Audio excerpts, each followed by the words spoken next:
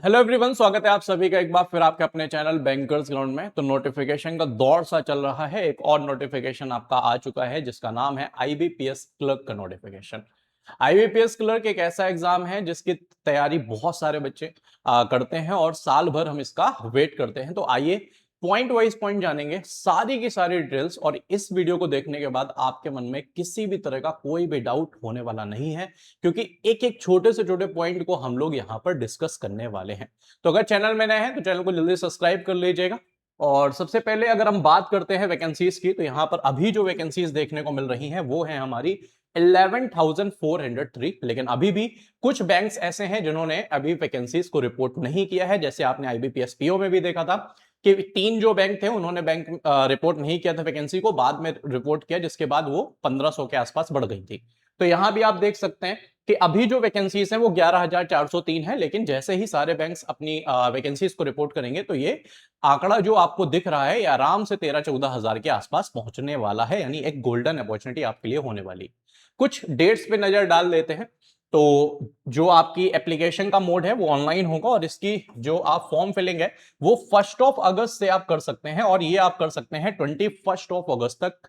Age limit की बात करें तो 20 to 28 ईयर है। क्वालिफिकेशन आपका ग्रेजुएशन होना चाहिए। सिलेक्शन के लिए प्रीलिम्स, मेंस एंड एलपीटी होने वाला है, लोकल लैंग्वेज प्रोफिशिएंसी टेस्ट। ठीक है। और इसको आप कहां से अप्लाई कर सकते हैं? www.ivps.in। ये कुछ समराइज फॉर्म में मैं चीजें बता रहा हूं, अभी आगे चल के सारा कुछ हम लोग यहां पर डिटेल में समझने वाले हैं। ठीक है। तो यहां पर ऑनलाइन रजिस्ट्रेशन, जैसा कि मैंने आपको बताया कि इस तरह है। पेमेंट जो आपका है वो 1 अगस्त से 21 अगस्त तक आप कर सकते हैं।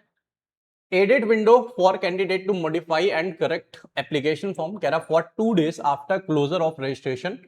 कभी कभी क्या होता है, बच्चों का किसी का नाम गलत हो जाता है, छोटी छोटी सी जो हमारी गलतियां हैं वो हो जाती हैं, तो उसके लिए एडिट विंडो भी बाद में ऑन होने वाला है। 2 दिन के लिए वो ओपन होगा। आप उसमें जाकर अपनी जो भी ऐसी प्रॉब्लम्स हैं उनको एडिट कर सकते हैं। लेकिन मैं फिर भी कहूंगा बहुत संभाल कर फॉर्म भरिएगा, क्योंकि वो कुछ चीजों के लिए ही एप्लीकेबल होगा। आगे अगर हम यहाँ पर प्रीलिम्स एग्जाम की जो ट्रेनिंग होती है, जो कुछ कैटेगरी वाइज लोगों को मिलती है, वो आपको मिलने वाली है सितंबर में।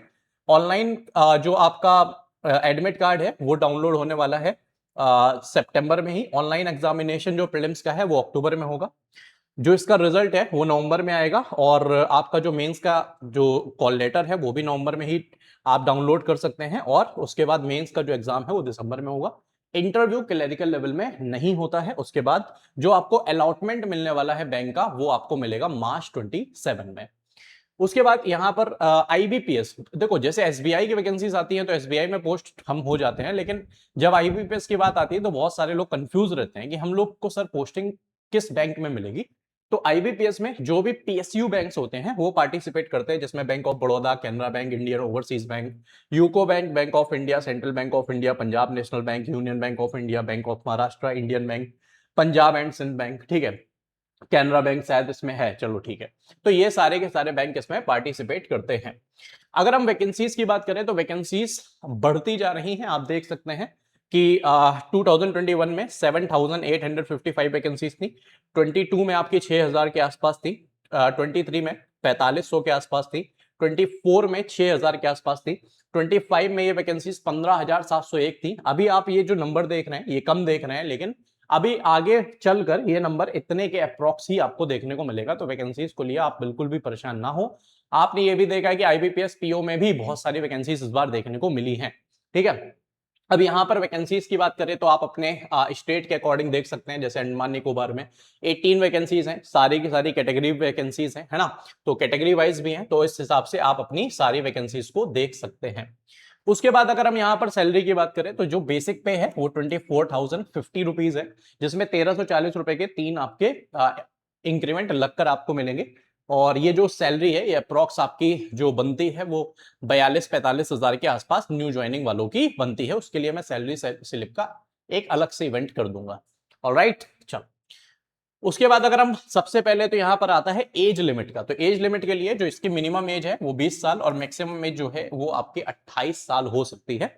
और अगर आप मतलब बिल्कुल 20 और 28 बाउंड्री लाइन में है तो आप ऐसे समझ लीजिए कि इसको 1 अगस्त से देखा जा रहा है। तो एक जो कैंडिडेट है must have been born not earlier, यानी आप 2 अगस्त 1998 1998 के पहले के बॉर्न नहीं होने चाहिए, और आप 1 अगस्त 2006 के बाद के बॉर्न नहीं होने चाहिए। ऑलराइट, उसके बाद यहां पर कुछ एज रिलैक्सेशन भी है जो कैटेगरी वाइज मिलता है, जैसे एससी एसटी है 5 साल, ओबीसी 3 साल, पीडब्ल्यूडी 10 साल, और एक्स सर्विसमैन को उनके अकॉर्डिंग यहां पर सारा का सारा आपको रिलैक्सेशन मिलता है। उसके बाद अगर हम चलते हैं ग्रेजुएशन की एलिजिबिलिटी, एजुकेशनल एलिजिबिलिटी क्या है, तो उसके लिए आपके पास एक डिग्री होना जरूरी है। अब यहाँ पर डिग्री का ऐसा कुछ नहीं कि आपकी बीकॉम की डिग्री है, बीए की डिग्री है, बीएससी की डिग्री है, बीटेक की डिग्री, कोई भी कैसी भी डिग्री है, अगर आप पास हैं उसमें कहीं से कहीं तक परसेंटेज मैटर नहीं करता है, तो आप इस फॉर्म को अप्लाई कर सकते हैं, बशर्ते आपका जो फाइनल स्कोर कार्ड है वो 21 अगस्त 2026 तक आ जाना चाहिए। वो चाहे वो डिजिटल फॉर्म में आया हो या कैसे भी आया हो, जरूरी नहीं है कि आपके पास पूरी मार्कशीट आ गई हो तभी। अगर वो डिजिटल फॉर्म में भी आ चुका है, कॉलेज की जो वेबसाइट है उसमें भी आ चुका है, तो भी वो चल जाएगा। बस आपका 21 अगस्त 2026 के पहले तक आ जाना चाहिए। आगे चलते हैं, यहां पर वही सेम टू सेम बातें की गई हैं, ठीक है। उसके बाद एलपीटी की बात करते हैं। एलएलपीटी की जरूरत क्यों पड़ती है, जैसे मान लीजिए आप उत्तर प्रदेश से, आप फॉर्म फिल कर देते हैं महाराष्ट्र से, तो अगर आपने महाराष्ट्र से फिल किया है तो आपको वहां की जो लोकल लैंग्वेज है यानी मराठी आना बहुत जरूरी है। अगर आपको मराठी नहीं आती है तो फिर आपको वहां से डिसमिस कर दिया जाता है, जो बाद में एलएलपीटी होता है। अच्छा, ये किसको नहीं देना होता है, अगर आपने जिस भी स्टेट से फॉर्म को फिल किया है उस स्टेट में कभी भी अगर आपने 10th या 12th में उस लैंग्वेज को पढ़ रखा है तो फिर आपको एलएलपीटी देने की जरूरत नहीं होती है। ऑलराइट, उसके बाद कंप्यूटर लिटरेसी के लिए ऐसा है कि आपको बैंक इतना चाहता है कि आपको कंप्यूटर के बारे में थोड़ी बहुत नॉलेज होनी चाहिए, तो इसके लिए आपके पास कोई भी कंप्यूटर का सर्टिफिकेट हो चलेगा, आपने ग्रेजुएशन में कभी भी कंप्यूटर पढ़ा हो चलेगा, या कंप्यूटर से रिलेटेड कोई सब्जेक्ट पढ़ा हो तो भी आपको कंप्यूटर सर्टिफिकेट की जरूरत नहीं होती है ना।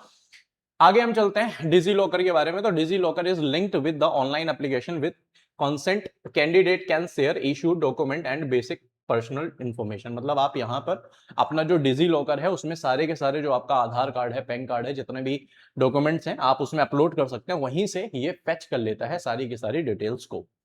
ऑलराइट, उसके बाद यहां पर एडिट विंडो की बात करें तो बोला गया है कि 2 से 3 दिन के लिए होगा, बट मैं फिर भी कहूंगा इसके लिए आप इंतजार ना करें।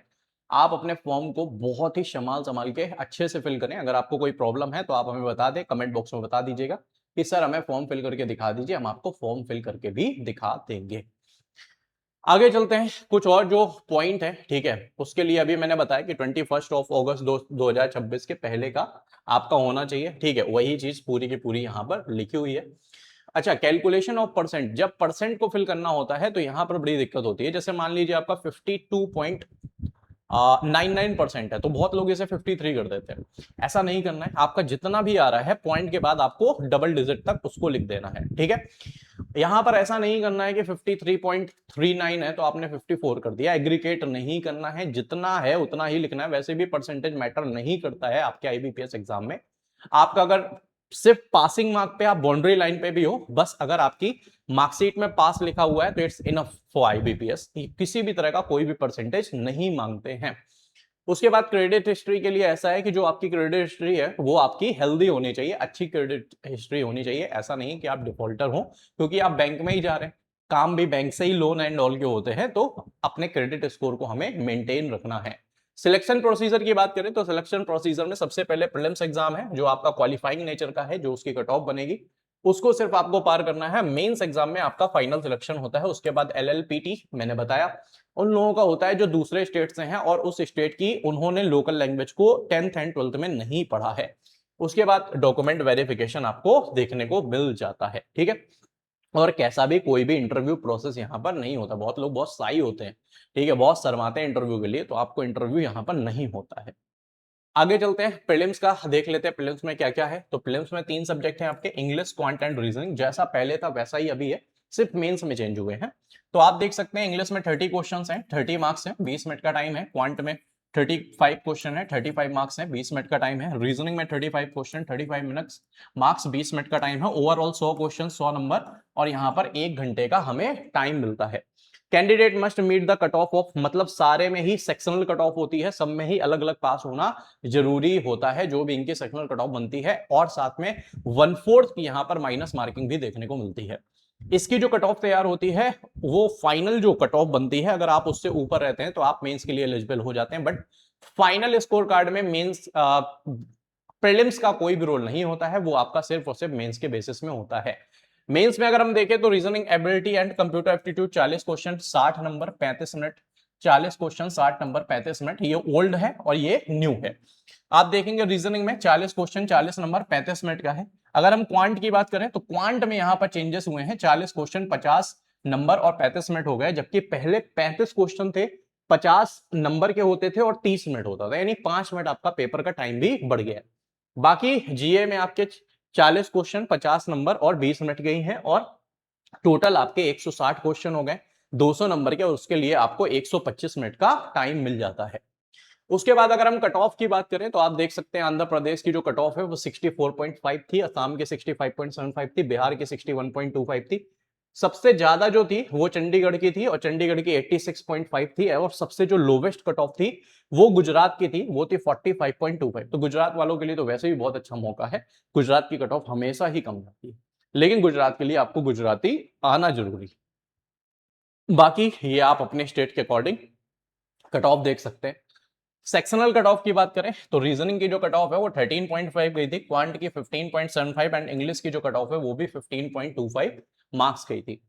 अगर हम मेंस के कट ऑफ की बात करें तो बिहार की सबसे ज्यादा कट ऑफ गई थी, डेट वाज 47.88, एंड लद्दाख की सबसे कम गई थी, डेट वाज 24.63। उसके बाद हम थोड़ा सिलेबस के बारे में भी बात कर लेते हैं। तो जो रीजनिंग है, रीजनिंग के लिए alpha numeric series, coding decoding, inequalities, syllogism, blood relation, direction distance, puzzle, sitting arrangement, और मेंस में alpha numeric series, coding decoding, inequalities, syllogism, blood relation, direction distance, puzzle, sitting arrangement, data sufficiency, machine input output, and यहां पर logical reasoning देखने को मिलता है। Quant की बात करें तो स्पीड मैथ्स में आपको simplification, approximation, series and quadratic देखने को मिलेगा। अर्थमेटिक की बात करें तो ratio, proportion, percentage, profit loss, SI, CI, average, age, mixture, alligation, time and work, speed, time and distance, partnership, probability, permutation, combination, boat and stream, pipe and cistern and mensuration देखने को मिलता है। DI की बात करें, tabular DI, line graph DI, bar graph DI, pie chart DI, mixed DI, caselet DI, arithmetic based DI and missing DI देखने को मिलती है।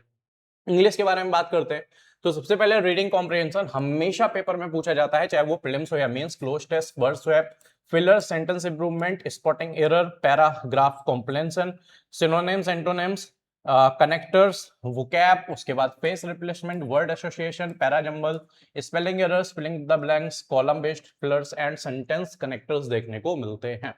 ऑलराइट, अब यहां पर हम प्रीलिम्स एग्जाम्स की प्रिपरेशन कैसे करें हमें ये समझना है। देखो प्रीलिम्स एग्जाम हमारा 100 नंबर का होने वाला है, और इसमें आप बहुत इजीली 80 प्लस नंबर ला सकते हो, लेकिन सबसे पहले उसके लिए आपको अपना फाउंडेशन क्लियर करना बहुत जरूरी है। आपको सबसे पहले फाउंडेशन क्लियर करना है, उसके बाद इसकी प्रैक्टिस शुरू करनी है, साथ में आपको मॉक टेस्ट देने शुरू करने हैं। बहुत सारे बच्चे ये गलती करते हैं कि फाउंडेशन में ही वो स्पीड के बारे में सोचने लगते हैं, तो आपको फाउंडेशन बैच में स्पीड के बारे में नहीं सोचना है। फाउंडेशन जैसे ही आपका कंप्लीट होता जा रहा है, जो जो चैप्टर्स आप उनकी प्रैक्टिस करते जाओगे, और उसमें फिर प्रैक्टिस के बाद पहले देखो, पहले चीजों को सीखना बहुत जरूरी है कि कोई भी चीज है वो मुझे आने लगे, मुझसे सॉल्व होने लगे, उसके बाद फिर आपको स्पीड की तरफ बढ़ना। तो आपको फाउंडेशन क्लियर करना है, फिर प्रैक्टिस करनी है, और फिर यूट्यूब से भी आप प्रैक्टिस कर सकते हो टीचर के साथ। ठीक है, हम आपके लिए सारी क्लासेस वैसे भी अरेंज करते हैं। ठीक, ऐसा ही आपको सारे सब्जेक्ट में करना है, चाहे वो रीजनिंग हो, चाहे वो क्वांट हो, चाहे वो इंग्लिश हो।